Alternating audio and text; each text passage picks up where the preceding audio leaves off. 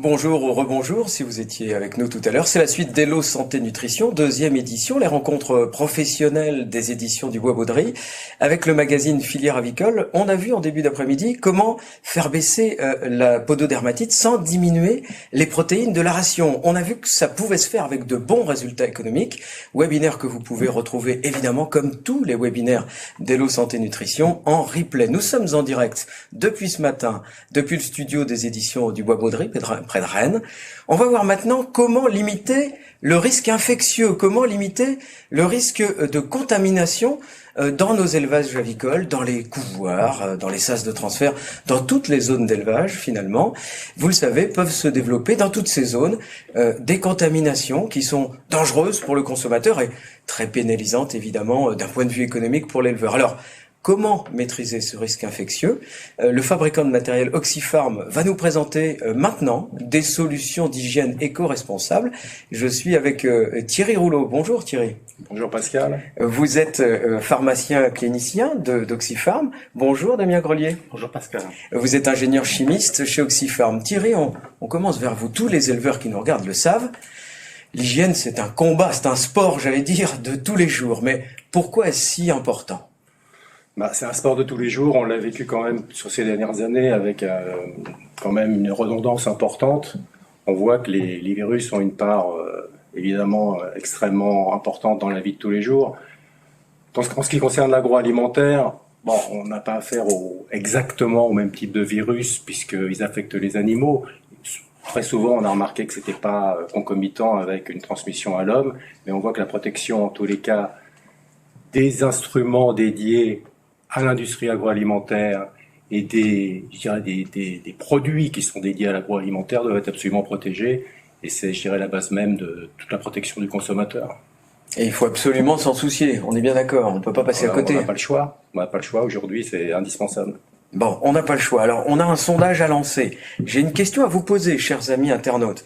Si vous nous regardez en direct là sur Internet, vous, chez vous, quelle méthode de désinfection utilisez-vous dans vos bâtiments d'élevage? Dites-nous ce que vous utilisez. Vous le voyez s'afficher à l'écran. Est-ce que vous utilisez une pulvée manuelle?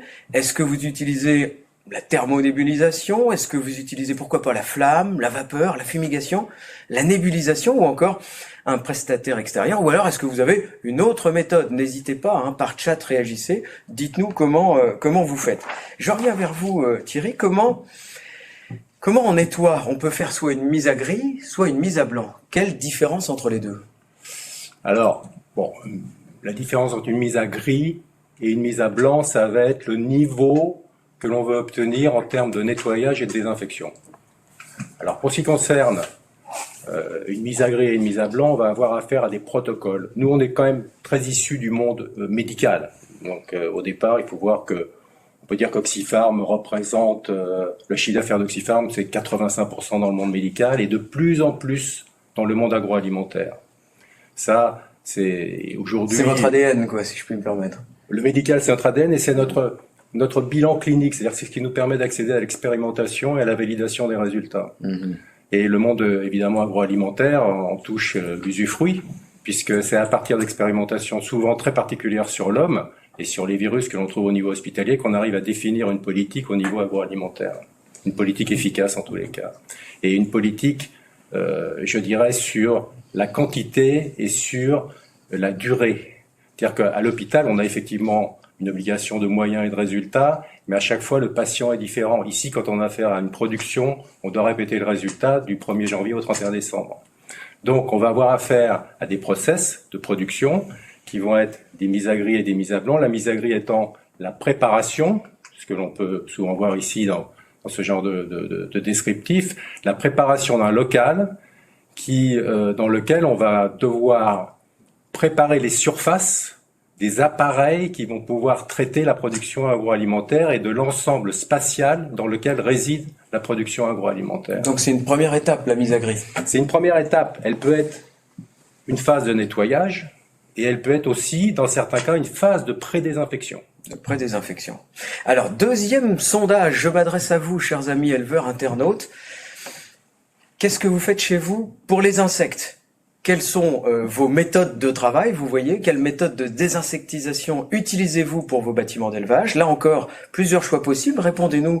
La première solution étant la fumigation, la thermodébulisation, la chaleur. Pour vous débarrasser des insectes, est-ce que vous faites appel à un prestataire externe, ou à un autre moyen de se débarrasser des insectes? Qu'est-ce qu'on peut faire, Thierry, pour les insectes? Est-ce que vos méthodes à vous fonctionnent aussi? Alors, c'est intéressant de parler de la désinfection d'abord, parce qu'on va voir, en fait, qu'en termes de désinfection, on va pouvoir exercer une action de désinfection que si, au préalable, on a fait une action de nettoyage. Alors, on peut revenir sur la mise à gris, quand même, la mise à gris qui nous permet quand même d'obtenir cette validation de nettoyage et de désinfection ou pré-désinfection. Cette mise à gris, nous promotionnons en fait l'utilisation de la vapeur, à condition que cette vapeur soit pas une vapeur pour défroisser les vêtements ou les costumes en arrivant à l'hôtel, mais une vapeur qui nous permette d'obtenir des qualités physiques permettant à terme de retrouver une efficacité de nettoyage et de désinfection. Je voudrais juste faire un petit encart sur la qualité physique de la vapeur. C'est une vapeur spéciale. Oui, c'est une vapeur entre 95 et 97 degrés sous pression de 4 bars, mais et de façon constante. C'est-à-dire qu'on ne peut pas avoir de chute de température ou de chute de pression pour valider un nettoyage ou une désinfection. Je vais reprendre juste une petite idée sur le nettoyage. Je vous en prie. Comment se passer en fait de tensioactif quand on veut nettoyer? Aujourd'hui, si vous prenez de l'eau froide, vous allez nettoyer votre poêle ou vous avez fait des eaux plats et vous allez voir que avec un tensioactif quelconque, un savon, vous allez obtenir un liquide blanc, une émulsion blanche au fond de la poêle. Bon, c'est souvent comme ça. En fait, on fait une émulsion huile d'en haut avec un tensioactif et on obtient un résultat de nettoyage à température basse. En fait, on s'aperçoit que l'eau, à température basse, si vous la mettez sur une surface froide, elle prend la forme d'une petite boule. Si vous augmentez cette température, elle commence à s'étaler. Si vous augmentez beaucoup la température, et si vous la passez à 90, 95 degrés, elle s'étale complètement. C'est-à-dire qu'elle a l'effet du savon. C'est pour ça que c'est la qualité physique de l'eau. Sans tensioactif, là, pour sans tensioactif. C'est-à-dire que vous pouvez obtenir la même validation qu'avec un tensioactif, mais sans tensioactif. À condition, simplement parce qu'elle s'étend. Parce qu'elle se diffuse, sa tensioactivité devient différente. Et c'est un peu le secret de la vapeur qui permet de réobtenir après utilisation une surface extrêmement propre sans tensioactif, sèche, quasiment sèche au bout de quelques secondes, et avec une efficacité de nettoyage et de pré-désinfection. Et on verra tout à l'heure comment on valide justement cette pré-désinfection et cette désinfection à travers la vapeur. Alors ce qu'on vient de voir là justement avec cette vapeur, là, l'eau qui prend du volume, si je puis me permettre, si je vous ai bien compris. La surface. De surface. Est-ce que là on est encore dans la mise à gris ou est-ce qu'on est déjà dans la mise à blanc? On est dans la mise à gris au départ, parce que forcément, il faut commencer par la mise à gris, par le nettoyage, et puis on y arrive, parce qu'il y a un effet buvard, en fait, et on arrive petit à petit à la mise à blanc par l'intermédiaire de l'utilisation de la vapeur. La seule chose, c'est que ce type de procédé, comme les nébulisations, comme, quand je dis la nébulation, les sprays, sont des contacts que en fait, on a des surfaces de contact que l'on décide. C'est-à-dire, vous allez appliquer et décider de la surface vous-même en tant qu'applicateur. Mais vous n'allez pas traiter une surface qui est un petit peu plus loin. Donc, ça veut dire que vous allez nettoyer. De toute façon, il n'y aura pas de désinfection sans un nettoyage au préalable. C'est la base au niveau médical, c'est la base partout au niveau agroalimentaire, mais c'est la base absolument partout. Donc, vous allez faire un nettoyage qui va être appliqué dans ce que vous aurez sur les surfaces décidées. Mais ailleurs, si vous n'avez pas nettoyé, voilà, vous n'avez pas de solution. Oui. Donc, on arrivera ensuite à la mise à blanc avec un concept de désinfection des surfaces par voie aérienne. D'accord. Et la réglementation dans tout ça, quelle est-elle? Il y a un encadrement législatif très lourd. Aujourd'hui, c'est même en élevage, la réglementation est... Oui, parce que vous avez les mêmes validations qui s'affichent pour le monde médical et pour l'agroalimentaire, pour l'élevage, pour le vétérinaire. C'est-à-dire que ce sont des TP, on appelle ça les TP, TP1, TP2, TP3, TP... C'est-à-dire quoi, TP? Ce sont en fait, ce qu'on appelle ce sont des listes d'applications qui nous permettent de définir dans quel domaine vous allez vous retrouver, que ce soit le médical, l'agroalimentaire ou tout ça est extrêmement normé. En fait, ce sont les administrations européennes qui s'occupent de ça. Il y a les organismes, à travers les organismes de tutelle et qui définissent aujourd'hui la mise en place d'une AMM. Au-delà des normes. D'accord. AMM, autorisation de mise sur le marché. Ouais. D'accord. Donc tout ça, c'est pas laissé au hasard, on est bien d'accord. Là, on est dans la norme très précise. Ouais. Alors, je précise que évidemment, amis internautes, éleveurs qui nous regardez, posez vos questions, réagissez, hein, allez-y, vous allez pouvoir nous dire comment vous voyez les choses, et puis nos intervenants répondront aux questions dans quelques minutes. Je me tourne vers vous maintenant, Damien Grelier. Je rappelle que vous êtes ingénieur chimiste à Oxyfarm. Passons à l'expérimentation et aux résultats sur le terrain. Avez-vous d'abord expérimenté le concept Nocotech? Effectivement, on a tout d'abord demandé à l'ITAVI, donc l'Institut Technique Avicole, d'évaluer notre concept dans le cadre d'une utilisation pour les œufs à couver. Cette évaluation avait 3 objectifs. D'abord, vérifier la validation de la désinfection. Deuxièmement, vérifier l'éclosabilité, voir si le traitement n'avait pas d'influence sur les œufs à couver. Et enfin, voir l'influence qu'avait cette désinfection sur l'utilisateur. Donc, l'ITAVI a testé deux désinfections en parallèle sur une trentaine d'œufs à chaque fois. Une désinfection classique que faisaient les éleveurs avec du phénol, et une désinfection par le concept Nocolise et Nocospray. Ils ont évalué la FAMT, donc c'est la flore aérobie mésophile totale. Ah oui, très bien, merci à vous. Vous pouvez le répéter, la flore quoi? La flore aérobie mésophile totale, voilà, merci. Qui permet de voir un petit peu les germes qui vont se développer à l'état naturel, en présence d'air, à température. On la cultive et on voit ce qui apparaît. On voit ce qui apparaît, voilà, ce qui va se développer sur les coquilles. Et on voit que sur le tableau que vous avez là, on a des résultats équivalents, voire meilleurs, quel que soit le traitement utilisé. Donc on a d'un côté, je vous le rappelle, un traitement au phénol et de l'autre côté un traitement par le procédé de désinfection, de biodésinfection des surfaces par voie aérienne d'Oxyfarm qui s'appelle Nocotech. Donc au niveau de la désinfection, c'était validé. Ensuite, il fallait voir au niveau de l'éclosabilité. Donc l'ITAVI a aussi testé donc le pourcentage d'œufs clairs sur 2 lots séparés, le pourcentage d'éclosabilité et le pourcentage d'éclosion. Et ils en ont conclu que quel que soit le traitement ou pas, on avait des résultats similaires, donc le traitement n'avait pas d'influence sur ces paramètres extrêmement importants pour les couvoirs. Je rappelle, ce sont des résultats faits par l'ITAVI, l'Institut Technique. Voilà, bien d'accord.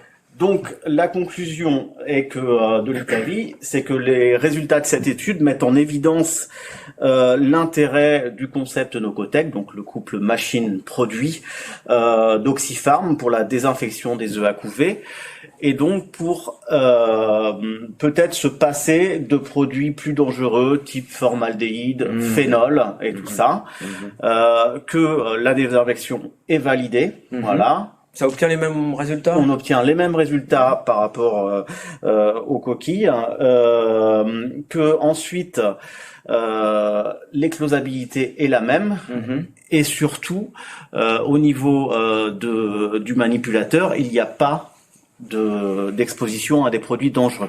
Oui, ce qui n'est pas rien quand même. Ce qui n'est pas rien.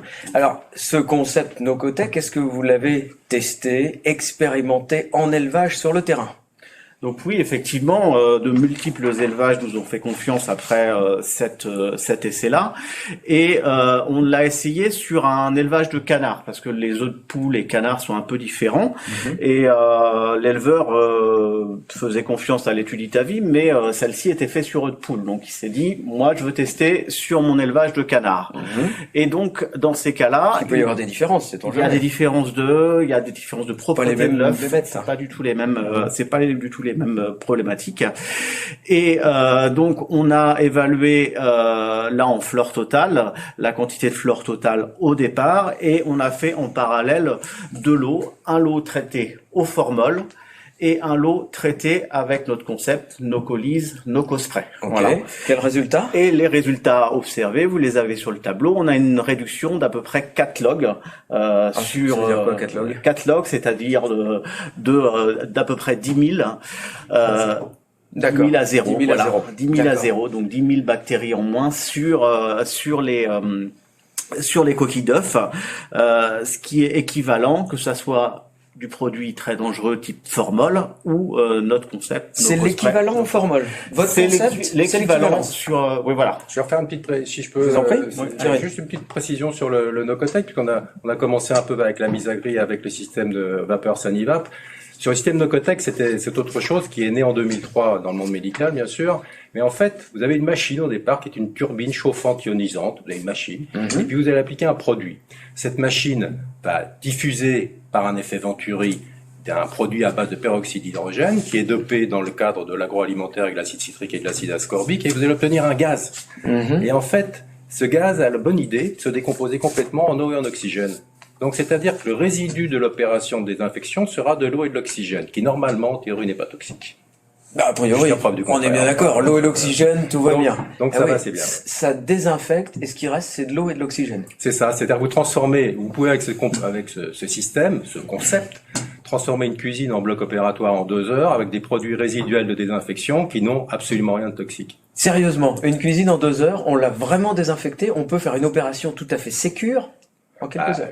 Vous pouvez faire vous-même l'expérimentation. On a des boîtes de pétri à disposition des expérimentateurs. C'est comme ça qu'Italie fait aussi ces expérimentations, non pas seulement avec des boîtes de pétri, mais aussi par de l'ultrafiltration, qui nous permet au laboratoire de bien doser les germes résiduels. Et ça, je dirais que tout opérateur ou tout hôpital ou tout service bio dédié à l'industrie agroalimentaire est capable de le faire et de le vérifier, bien sûr. Ah ouais, donc c'est quand même un système qui fonctionne, on le voit, ça marche bien. Chers amis internautes, dernière question. Connaissez-vous ou connaissiez-vous Oxypharm avant le début de ce webinaire? En avez-vous entendu parler d'une manière ou d'une autre?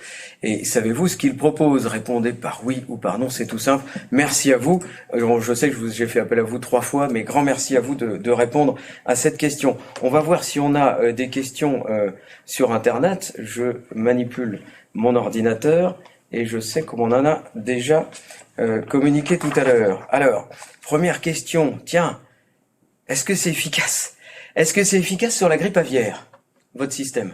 On sait que la grippe aviaire, c'est le gros problème des filières avicoles aujourd'hui. Ah oui, actuellement, c'est plus qu'un gros problème. Tout le monde sait ce que c'est. Un problème complexe. Et effectivement, dans les années 2009-2010, on avait déjà été confronté à ce virus-là, les virus du groupe A de la grippe. Et on avait testé notre système, donc le concept Nocotec, sur ces virus, et on a d'excellents résultats sur les virus, et donc sur le virus de la grippe aviaire. Ça les détruit, ça les pulvérise. Ça les détruit, ça les pulvérise, jusqu'à une réduction à log6. Alors là, vous allez me demander qu'est-ce que c'est log6. 6 fois 10 000, non? Là, c'est pas tout à fait 6 fois 10 000, c'est 1 million. Voilà, on part de 1 million de germes et on arrive à 0, effectivement. D'accord, donc ça fonctionne bien, c'est efficace, on est bien d'accord. En fait, c'est encadré par des normes et un système normatif extrêmement précautionneux pour l'utilisateur terminal, bien sûr, pour le consommateur, mais aussi pour que l'industrie puisse juger elle-même de l'efficacité d'un concept. Alors, il est clair que vous avez une série de bactéries, une série de fongiques, une série de virus et une série de bactériophages qui sont testés pour pouvoir valider une norme. Alors, vous n'avez pas testé sur tous les virus de la planète, hein, on a quand même... il y en a beaucoup. En ce moment, il y en a de plus en plus. On en connaît peut-être 5% aujourd'hui, 6%, pas plus. Donc on les teste sur ceux qu'on connaît, grosso modo, quoi. Les principaux. Et on les teste sur ceux qui semblent les plus virulents et ce qui, en fait, pose le plus de problèmes en réaction par rapport au système de désinfection. Et on part du principe que si ça marche là-dessus, la théorie voudrait que ça marche sur tous les autres. Oui. Alors, on étudie évidemment, pour ce que le cas des virus, influenza, on va travailler non pas sur le virus de la grippe ou le virus influenza, on va travailler sur adénovirus, norovirus, on va travailler sur le virus de la polio, on va travailler sur des virus qui sont ce type de virus qu'on trouve dans les élevages, quoi. C'est-à-dire que si ça marche sur ceux-là, on n'a pas vu, à contrario, de phénomène inverse justifiant que ça ne puisse ne pas marcher sur d'autres virus. Alors j'ai une question, je crois que c'est de Laurent qui nous demandait grosso modo où on peut l'utiliser. C'est une question interrogative. Application en désinfection de bâtiments d'élevage, point d'interrogation. Où est-ce qu'on l'utilise, votre procédé Nocotec?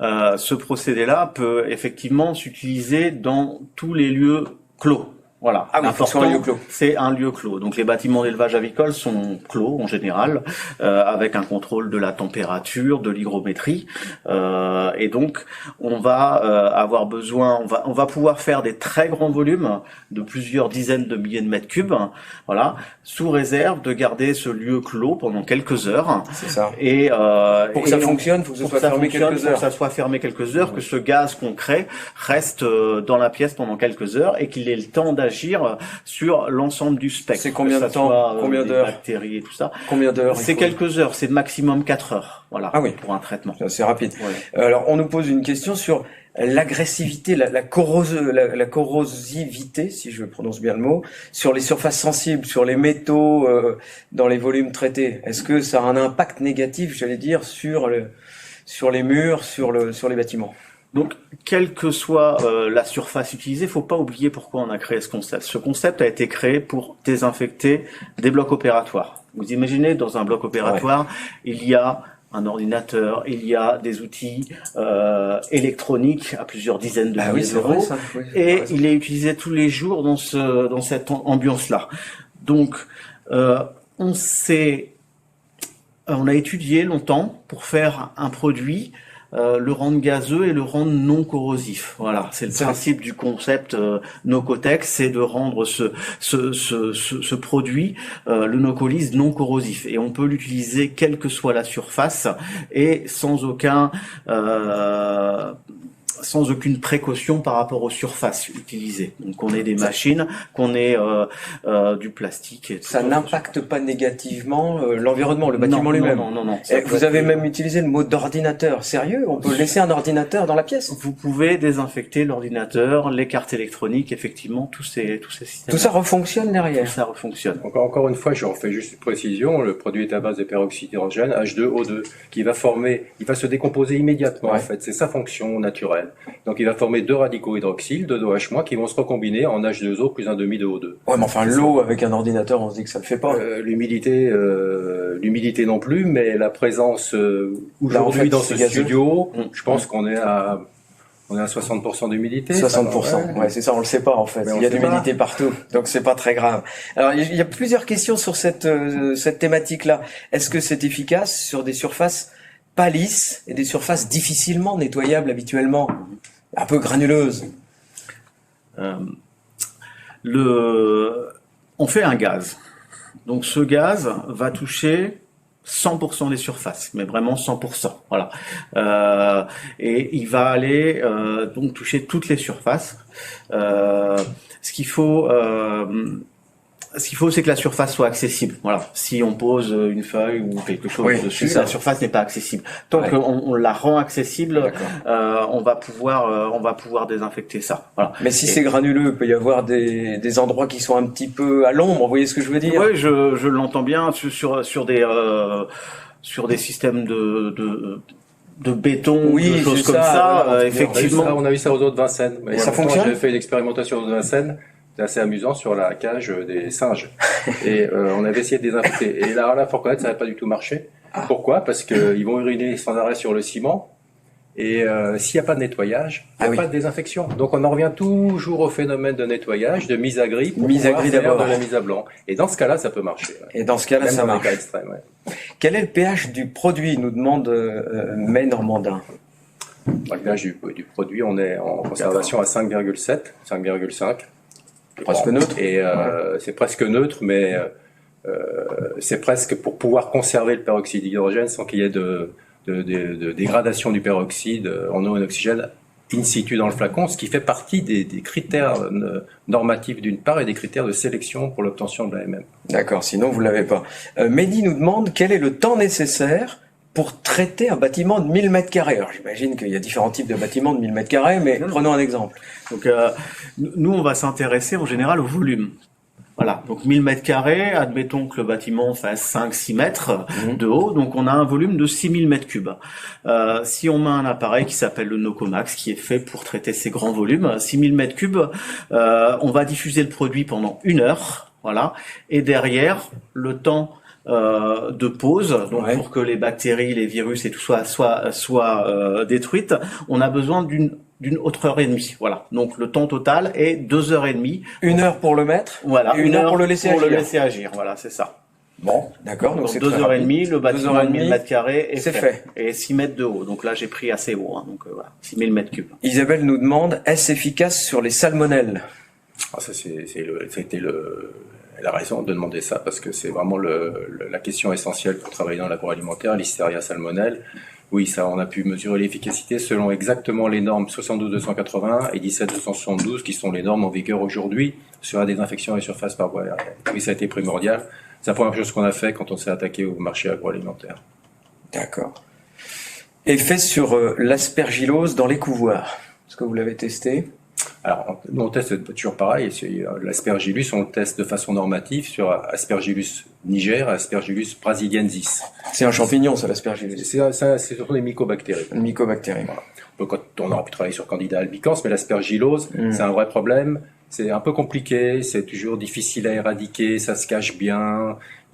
Et d'où l'intérêt des systèmes gazeux qui permettent d'accéder aux endroits que vous n'avez pas nettoyés. On a vu tout à l'heure qu'avec Sanivap, on parlait de système de contact, puisqu'on nettoie et on désinfecte au contact. Là, on a besoin d'aller désinfecter à distance. C'est-à-dire que même sous la table sur laquelle vous êtes en ce moment, vous allez pouvoir désinfecter partout. Et vous ouvrez un tiroir, vous allez désinfecter dedans. Et c'est tout l'intérêt de la DSVA, de la désinfection des surfaces par voie aérienne, qui permet d'obtenir des résultats dans toutes les micro-fissures qui sont en fait présentes dans tout type d'établissement. Hicham nous demande, qu'en est-il de la périodicité d'utilisation et aussi la rémanence? Est-ce que, j'allais dire, derrière, il y a un deuxième effet qui se coule? Donc au niveau de la périodicité, première question, ça va dépendre de ce qu'on fait. On imagine que dans un bâtiment d'élevage, on va devoir faire la désinfection quand le bâtiment sera vide. Ça sert à rien de désinfecter un bâtiment avec des animaux dedans. Des animaux. C'était une question d'ailleurs. Est-ce envisageable en présence d'animaux? En théorie. Non, le produit est irritant et on le fait hors présence humaine et animale. Ça, c'est dans les normes. Donc dans un élevage, on va le faire à chaque visite sanitaire, voilà, la désinfection. Par contre, en couvoir, c'est une désinfection qui va être beaucoup plus régulière, voilà, qui va pouvoir se faire quasiment à chaque arrivée d'eux, c'est-à-dire tous les jours. Et on va pouvoir le faire 1-2 fois par jour sur certains gros couvoirs qui ont un grand nombre d'arrivées par jour. Et la deuxième partie de la question, je me souviens plus. Est-ce qu'on peut le faire en présence d'animaux? Mais vous y avez répondu. Il y avait autre chose aussi, je crois, sur la rémanence. La rémanence. La rémanence. Oui. Je vous laisse répondre. Alors ça, c'est intéressant parce que Damien vient de soulever un point dans la production qui est intéressant. Les œufs arrivent. Ils n'ont pas subi d'action de désinfection. Ils arrivent et pour la première fois, ils vont avoir une action de désinfection. Et qui va être, en général, et dans le cas qui nous intéresse, préalable, en fait, à la vaccination de ces œufs. Quand vous avez à désinfecter des machines, elles ont été désinfectées plusieurs fois. Donc, il y a un phénomène de récurrence et un phénomène de rémanence. C'est-à-dire, on s'aperçoit que c'est presque une tindalisation. Plus on fait ce traitement, plus on peut utiliser des doses extrêmement faibles de produits et plus on obtiendra un bon résultat. Il y a une forme d'accoutumance positive, si je puis me permettre. Il y a moins besoin d'en mettre le deuxième tour. C'est ce principe. C'est-à-dire, on s'aperçoit que si on le fait tous les jours, on peut travailler avec des très faibles doses pour obtenir des résultats extraordinaires et rester quasiment à zéro germe. Donc ça, c'est très intéressant. Et plutôt que de l'utiliser sous forme d'extincteur presque, avec une contamination qui arrive, on va utiliser une dose massive, c'est beaucoup plus intéressant de pouvoir le faire au quotidien. Donc régulièrement. Et en bloc opératoire, on le voit. C'est-à-dire quand on fait des traitements après chaque opération, avec des très faibles doses, on obtient des résultats extrêmement importants. Plus on le fait, plus ça a d'efficacité. Il y a une rémanence qui existe et une mémoire du germe, en fait, qui se voit et qui se fait. Les staphylocoques dorés émettent de la catalase. Donc ils ont tous. Donc on s'aperçoit qu'après multiples traitements, ils peuvent plus. C'est comme la pieuvre qui crache son encre, quand elle a largué ses catalases, ils peuvent plus continuer à le faire. Et c'est pour ça qu'on arrive très facilement à les détruire si on le fait de façon quotidienne. Régulière. Mais écoutez, c'est extrêmement intéressant. Autre question, peut-être la dernière, je vois l'heure tourne. Faut-il une température ambiante minimum ou quelle température faut-il? Pour une efficacité optimale, bien sûr. Alors, Il y a deux choses sur la température. Il y a l'efficacité de tous les biocides qui est accélérée avec la température, donc quel que soit le biocide. Ouais. Et il y a inversement, les bactéries n'arrivent pas, ou virus n'arrivent pas à se développer quand les températures sont inférieures à 0. Donc, on a testé le concept de à peu près 4 degrés à 40-50 degrés. Donc, dans cette plage de température, on peut sans problème utiliser l'appareil. Voilà. Donc on peut l'utiliser sans problème. J'ai une question précise. Quelqu'un qui a un couvoir équipé d'une machine d'injection Innovo pour la vaccination, vous venez d'en parler. On fait un trou dans un milieu de culture potentiel. On brise 2 barrières protectrices, la coquille, la membrane. Le risque de contamination à ce moment-là, il est gigantesque quand on regarde les choses réellement. Est-ce que vos solutions permettent de nettoyer cet équipement-là aussi ? Je réponds, vous répondez. Allez-y. Alors, la solution de Nocotec n'est pas une solution de nettoyage, c'est une solution de désinfection. C'est-à-dire, la question serait de dire, est-ce que ça permet de conserver un niveau de germe qui évite tout problème ultérieur dans l'utilisation des œufs qui ont été traités? C'est ça. Et là, oui, parce qu'en fait, encore une fois, les machines sont soumises à des traitements qui vont être effectués au quotidien. Donc là, on aura effectivement une rémanence qui va s'exercer sur les machines et une efficacité plus importante sur les machines. Sur les œufs qui arrivent, il va falloir traiter sur éventuellement les poussières et les débris qui peuvent être mis en suspension. Alors, si on a une coquille qui est sale, effectivement, ça va poser problème. Et ce qui est intéressant, c'est de voir qu'on a une telle puissance de désinfection aujourd'hui avec la DSVA. La DSVA au peroxyde d'hydrogène, je précise, parce que pas la DSVA avec des formaldéhydes ou avec des ammoniums quaternaires ou des biclonides ou autres, mais la désinfection avec du peroxyde d'hydrogène nous permet d'obtenir un état de surface qui permet d'être suffisamment propre et de réutiliser cet œuf à des fins donc thérapeutiques. Ça fonctionne. Merci beaucoup, messieurs. Merci Thierry. Merci Damien de nous avoir éclairé parce que c'était particulièrement précis et j'ai vu qu'il y avait énormément de questions. Ce webinaire consacré au risque de contamination et au risque infectieux en élevage avicole est terminé. Il est 15h33 à la pendule d'Hello Santé Nutrition. Dans 27 minutes, Hello Santé Nutrition reprend sur comment préparer au mieux la transmission de son exploitation. À tout à l'heure.